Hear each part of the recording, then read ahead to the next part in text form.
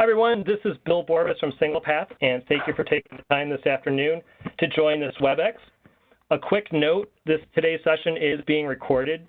All lines are muted, so please use the Q&A window to submit questions, and we'll do our best to answer questions throughout the WebEx.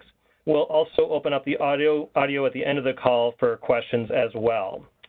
So security is certainly a hot topic, and at SinglePath, we've got customers who fall in the entire spectrum of the security spectrum. So anywhere from taking a bury your head in the sand approach to a multi-layered strategy, incorporating regular assessments, employee training, and building and testing incident response plans. We have seen too many situations where putting off security initiatives have led to devastating consequences, including data loss, business disruption, and large financial expenditures. So wherever you are in your security journey, our hopes are that today's presentation will spark additional conversations and actions that will help further protect your business and provide you a competitive advantage. So without further ado, I am pleased to introduce John Koenneke and Tracy Fox from Foresite. Foresite is a very valued SinglePath partner, and John is going to talk about risks, trends, and what to consider next. So John, over to you. Awesome. Thanks so much, Bill. I appreciate it. Will you be able to put the presentation up? Because it doesn't look like I can share my screen. I actually just changed you to the presenter. Oh, beautiful. Thank you. Sorry about that. No problem. No problem at all.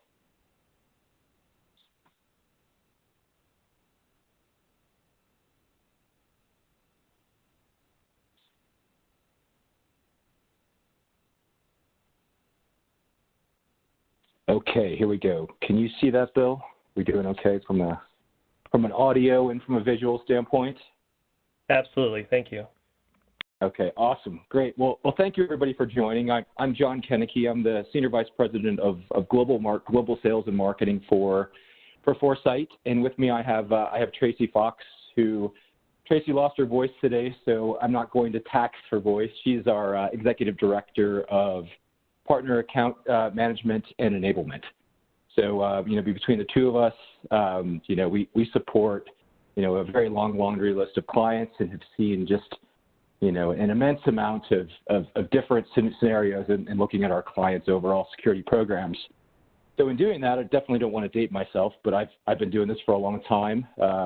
I've been in the kind of the enterprise networking world, information security and cybersecurity world for a couple of decades now. So I've had the blessed opportunity to be able to see, lots of different clients' approaches to the marketplace, and have been able to benefit from, that overall collective client experience, right? And then being able to bring that to others and be able to kind of spread some highlights of what we're seeing in the overall marketplace at large. So over the course of the next, 30 to 45 minutes, I'm going to talk about, quite a few different things. We'll start off with, a bit of industry trends. So we'll talk about kind of what we've seen over the course of the last 3 to 5 years. And, the cybersecurity, the vertical has obviously changed a great deal since, 2014 and 2015. We started seeing some major breaches, and we started seeing, really the border associated with network security really dissolving as well too. So as that's happened, we've seen, threat actors being able to move laterally within networks in east-west. We've just seen, the technology evolve. We've seen, the skill sets and the labor force evolve. So the people, processes, and tools associated with supporting cybersecurity programs has just made some dramatic changes over the course of the last, 4 to 5 years. We'll get a little bit into solving the labor shortage. I don't think we'll necessarily solve it on this call, but just some interesting, I think, stats and statistics and approaches to what we're seeing in the overall marketplace. So, and some of that might be great for some Q&A at the end too, as people want to talk about how they're addressing that shortage, and obviously we can all learn from each other. And then the financial impacts associated with either failure to plan or just a general breach in general. So I've got some very detailed stats and statistics about the financial impact on a per record basis based on verticals, some stats that have come from Forrester, from Ponymon, as well as IBM Global Services. So kind of an array of kind of what could be seen as non-biased, third-party evaluation. They don't get a bit into some of the vulnerabilities and exploits that we've seen over the last. I've really boiled it down to about the last 3 years, because otherwise we'd be on this call for about 3 hours. And then we'll get into the market drivers behind that, and then close up a bit with kind of the incident response program and some details surrounding that, and surrounding how we might be able to help either facilitate additional conversations or really solve some business problems that you're experiencing today. So that's just kind of setting the table just in terms of an agenda.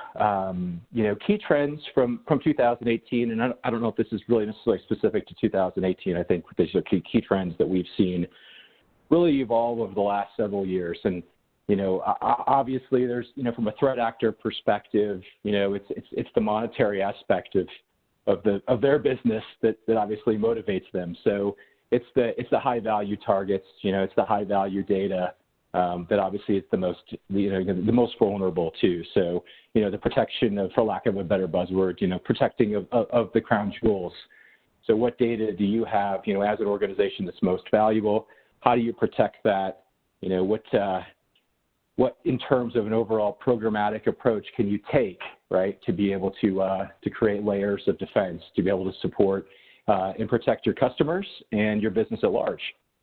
From a vertical perspective, I guess, we've kind of seen the perfect storm just in terms of the overall cybersecurity marketplace. If you think about, the level and the sophistication of attacks and the frequency of attacks as well, right? So, it's very, very difficult. I mean, I think what we're seeing in many cases, our clients and their analysts could spend, all day and all night really trying to protect those overall environments. And on top of that, you're seeing really kind of a churn of overall infrastructure as well. So, as the bulk of organizations are moving all of their data into the public cloud, either AWS, Azure, or whatever that may be, or even some hybrid cloud scenarios, you're seeing really kind of the lines of the network really blur. In addition to that, you're seeing mobile users more and more. I think that's really kind of hit the top of the threshold in terms of like in 2016 and 2017. But that overall churn of infrastructure, has created that perfect storm, and there really is no silver bullet, right? It isn't just install a product and walk away. It's a compilation of people, processes, and tools.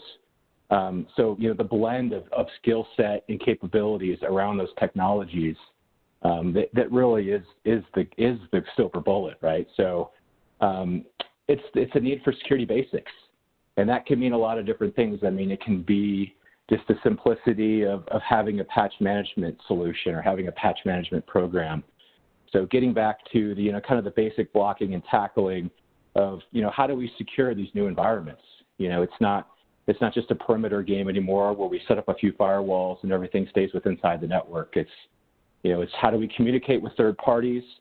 Who do we give access into our networks?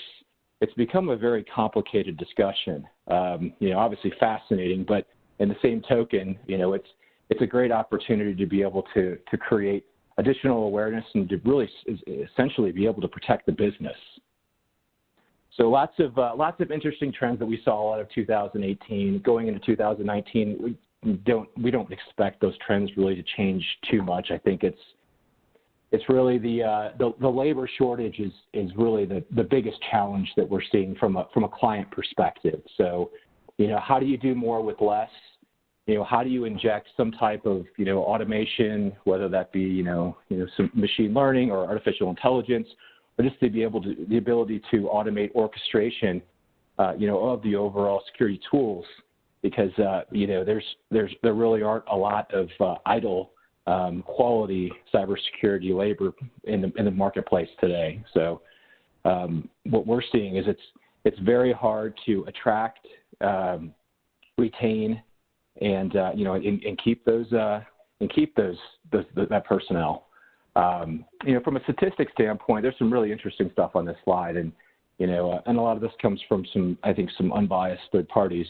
But about half of IT executives today don't really have a measure for security effectiveness, so they haven't really developed overall metrics, and that makes it very difficult to communicate with the board of directors at large, who are signing off on investments of in some cases tens of millions of dollars in security tools. So we've worked with lots of our clients just in terms of helping them create the appropriate messaging and metrics to the board of directors and coaching them. What's important to boards, how do you deliver those messages, and then how do you communicate success as well, because obviously when investment dollars are allocated, it's extremely important for you to show a return on that as well. So lots of great conversations I've seen over the course of the last 3 years, just in terms of board of directors having a very keen desire to be part of those discussions and to understand what the cybersecurity posture is for organizations, to be more involved with kind of that vertical than we've ever seen before. And over 30% of IT professionals don't necessarily have an overall risk strategy. So there's great opportunity there to relate the risk management component of the cybersecurity business back to the business. So what's our overall risk tolerance? What risk are we willing to take on? And what investments are we willing to make in order to protect some aspects of our business? And then last but not least, as we talked about the overall cybersecurity labor shortage, over 80% of enterprises are having difficulty finding the appropriate security skills to support their overall respective businesses. And I suspect that number is much higher than that because even our core business is cybersecurity, and we're constantly looking for additional resources to be able to grow and scale our business. With the lack of qualified cybersecurity talent in the marketplace, I've seen statistics that show that by the year 2023 there'll be over 1 million vacant cybersecurity roles kind of within the overall marketplace. So an awesome opportunity to be able to kind of inject that automation component of our overall business and be able to do more with less. And in some cases that might mean leveraging third parties for security operations, leveraging third parties for staff augmentation, getting whatever desired skills are most appropriate for the business in order to be able to to solve some of those problems. But it's a very challenging space. And then as you look at the overall attacks, they're focusing on, obviously the higher value data. That's certainly no surprise to anybody.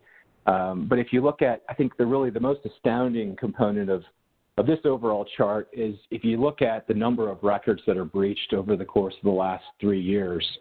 From 2016, we went to 4 billion records. And these statistics, I believe, came from Podimon as well. So they're probably pretty close. I think it kind of depends on how you dice up the data. But from 4,000 to 8,000 in a year, obviously, while we're seeing increasing risks from external threats, so additional threat actors, just I think I mentioned earlier is the amount of threats and then the level of sophistication of threat actors. We've seen the maturity level go from point A to point Z in very short order. And then in 2018, we saw some cross-industry mega breaches, which really kind of set that overall, that overall trend for the high-value targets. But the types of attacks are very diversified. It's everything from XSS to physical access to brute force to SQL injection, and then obviously the malware and phishing piece, being a huge component of that as well, and ransomware. And we're just seeing lots of different types of attacks. They're becoming more sophisticated, and the challenge there being that the threat actors are their knowledge and skills are continuing to grow, just as as the good guys protecting that are continuing to grow as well. So kind of keeping up with the bad guys it's been a very challenging thing within our vertical. But obviously, it's it's an important space to be.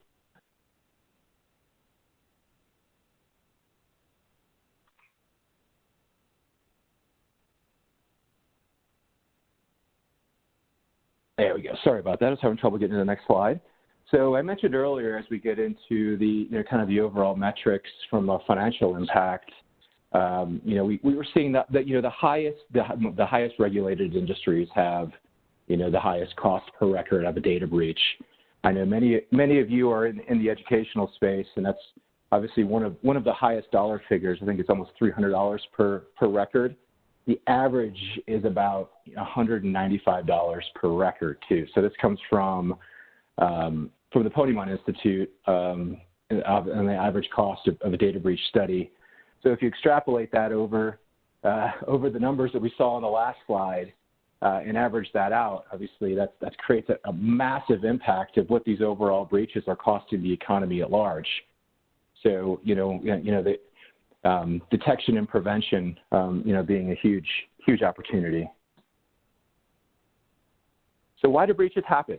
Lots of various reasons. I mean, I think what we're seeing is it's a compilation of different things. Vulnerability and vulnerability management being, the biggest piece of that too. And, misconfigured systems or applications or flaws in code and things of that sort, creating vulnerabilities. It is the biggest reason for overall breaches. I think I saw a statistic actually today that, by the year 2023, 99% of breaches will be based upon misconfigurations and things like firewalls as well. So it's very difficult for the human to be able to continue to make quick changes and rule changes, within firewall platforms.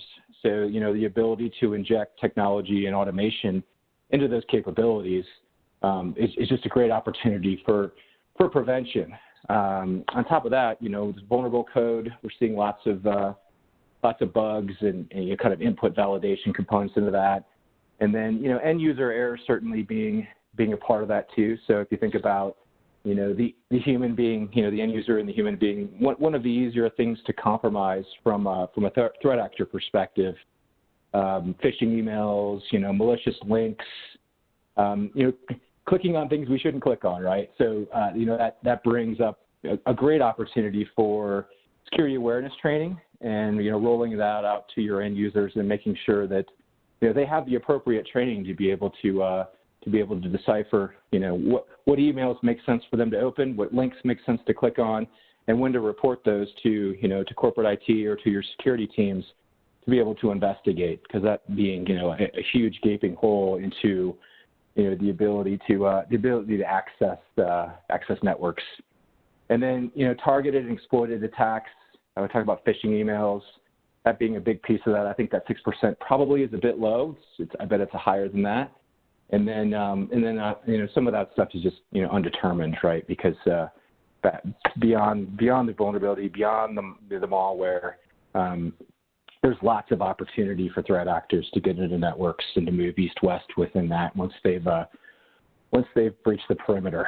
And that all this stuff came from IBM Global Services in a 2018 study, so it isn't anything that should really have any bias to it.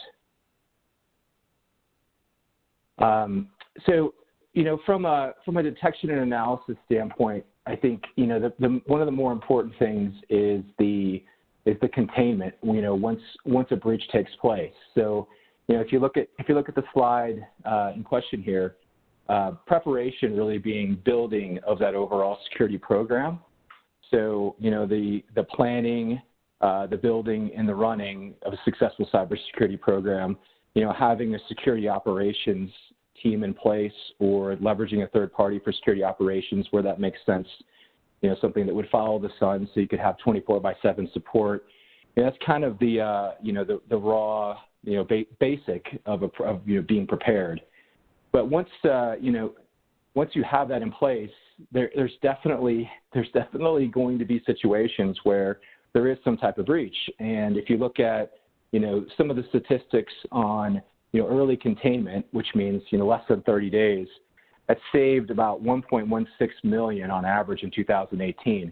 which is a huge uptick from what we've seen in the year prior, which was about $94,000. So, a massive, massive gain in savings or in cost savings based on early containment.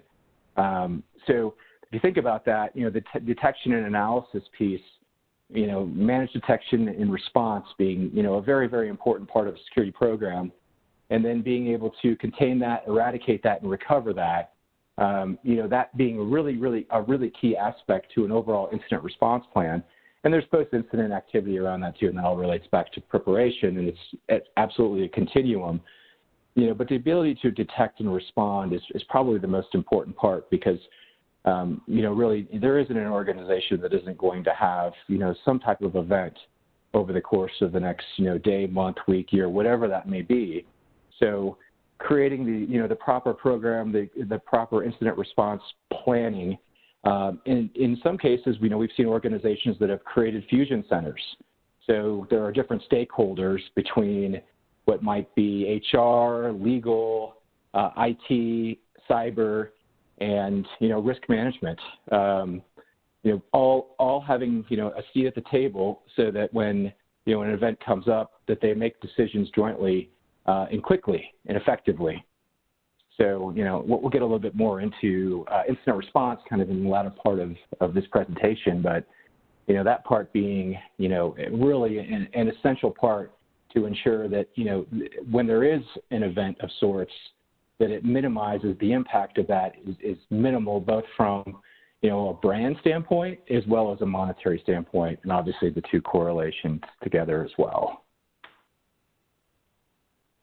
So from a market driver, we're talking about, why some of these advanced services are needed in your environment. So if you think about, from a pyramid standpoint, and it's just really akin from an analysis standpoint of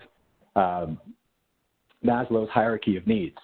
So if you think about the base of an overall program is just having an actual security strategy, and as basic as that may sound, but developing that strategy, which would include then on top of that, having some dedication to recruiting and retaining the appropriate staff, and then focusing on those overall fundamentals. And then ultimately, really having an integrated portfolio that enables that orchestration, as we talked about earlier, knowing that there is a labor shortage. So, how do you automate and then orchestrate all of those basic fundamentals that are part of the overall security strategy and program?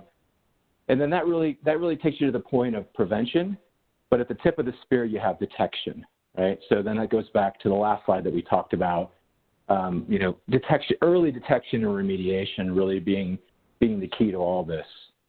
So as we see it, there's an increased complexity of attacks, and then there's evolving compliance requirements too. So, with some of the privacy laws that we're seeing in California and some of the things that we're seeing in New York, I'm sure those will spread into other states, across the country. GDPR, being very major for, a lot of our clients that have, European operations.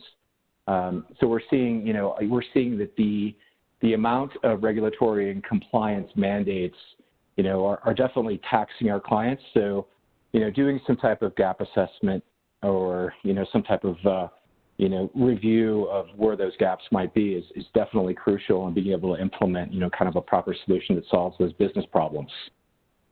We talked a lot about the shortage of cybersecurity resources, and it makes it difficult to cover all these needs with internal staff. So in a lot of cases, we're seeing our clients, they need to go out to third parties, trusted third parties, kind of trusted advisors, to be able to get the right resources to be able to support the gaps of their overall staffing program.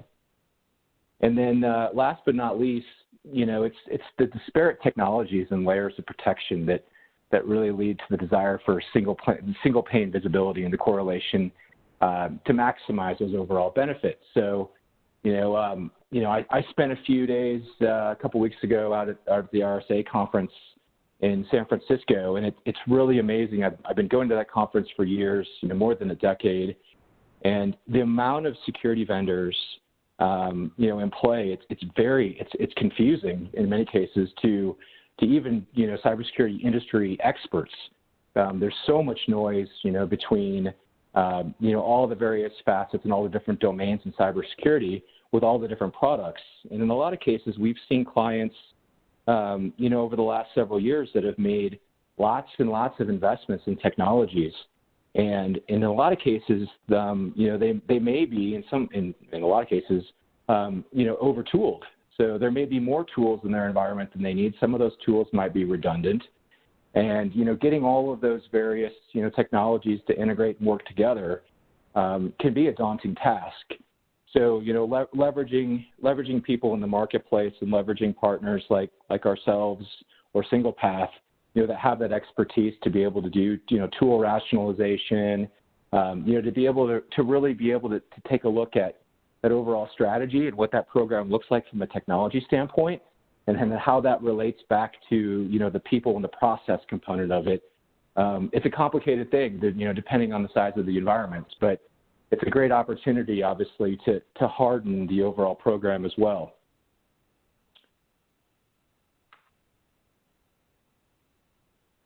So the incident response piece, we talked about the containment, the containment of an overall event and the abbreviation of that containment really being key from brand protection and a monetary standpoint. So, creation of an IR plan and playbook, being very, very crucial.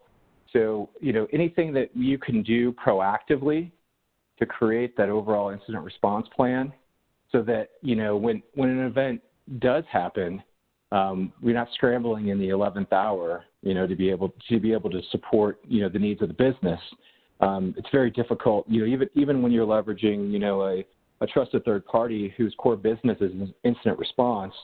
If you're doing things on the back end, it just creates a whole different level of complexity, and it can also be a lot more costly too. So, getting ahead of that with an overall playbook, being very, very important. And then, while doing that, there's an opportunity to do some tabletop exercises to test the IR plan. So, red team, purple team activities, things of that sort. Very much being key to test the overall program and to make sure that, if and when an event happens, that you're prepared for it. You've got the process flow down, and it's something that can be eradicated very, very quickly.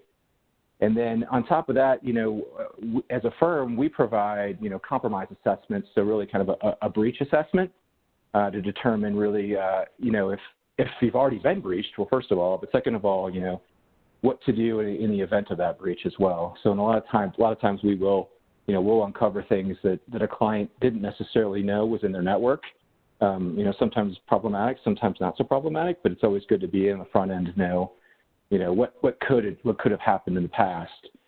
And then having an IR retainer with the resources ready to assist is really the most important piece too. So knowing that you've got the support of the capabilities of somebody whose core business is incident response and forensics is very, very key, because coming in on the reactive side, this creates a whole different level of complexities in terms of supporting, a kind of approach a post-breach event.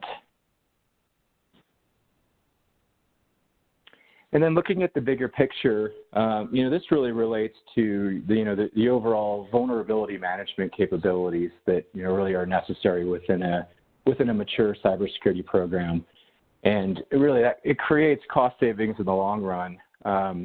In many cases, right? Because you're being proactive when something does happen, you remediate it quickly, which removes the any potential degradation to the brand or obviously any corresponding financials. And then, vulnerabilities open up the door, obviously, to unwanted guests. So, it really helping kind of identify known security exposures before attackers find them. So being proactive, in that vulnerability management solution, really being key.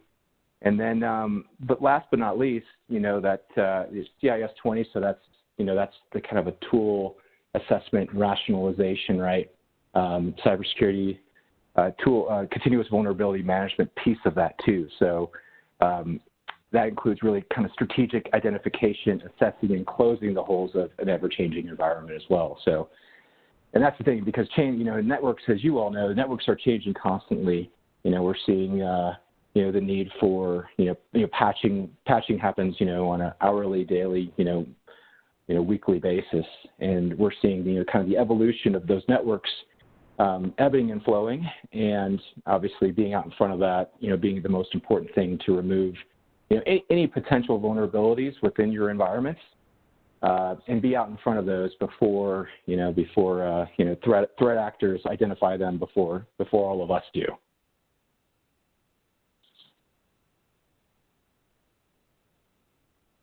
So that is all I had in terms of overall slides. I've got, obviously there's a lot more that we could talk about, but I wanted to take some time to open it up. I think if there are questions, if there are topics, that kind of interweaved into the overall presentation, would love to get into those in a little bit more depth. So Bill, if we could open up the For floor. Sure. So I'll unmute the lines in just a moment. If you're in a noisy environment, please do mute your line. But also before we get into questions, I did want to kind of leave some thoughts of maybe some next steps. So I encourage anyone attending this call to reach out to your account manager and schedule a time either on the phone or in a meeting to discuss your security posture, strategy, and concerns. Another step that's been really valuable is just setting up a follow-up call with SinglePath and Foresite, kind of talking through those as well, talking through the what a base assessment is, so you can kind of figure out where you are at and then come up with next steps. So some things to think about, and as once this session concludes. But now I'm going to go ahead and unmute all lines to open up to questions, and here we go. We voting off the island, ladies. I have a designer, a graphics producer, and me on site right now. Yeah. I don't have a TV on site. I know. So what I'm saying though is if you're okay with that, fine. Don't think there's going to be much to it. Yeah, I mean. So it sounds like there might be some background chatter. So I'll go ahead and I'll mute the lines. And if anybody, if you want to ask a question, please just use the raise hand button. Or type the Q&A windows on the right-hand side of the screen as well.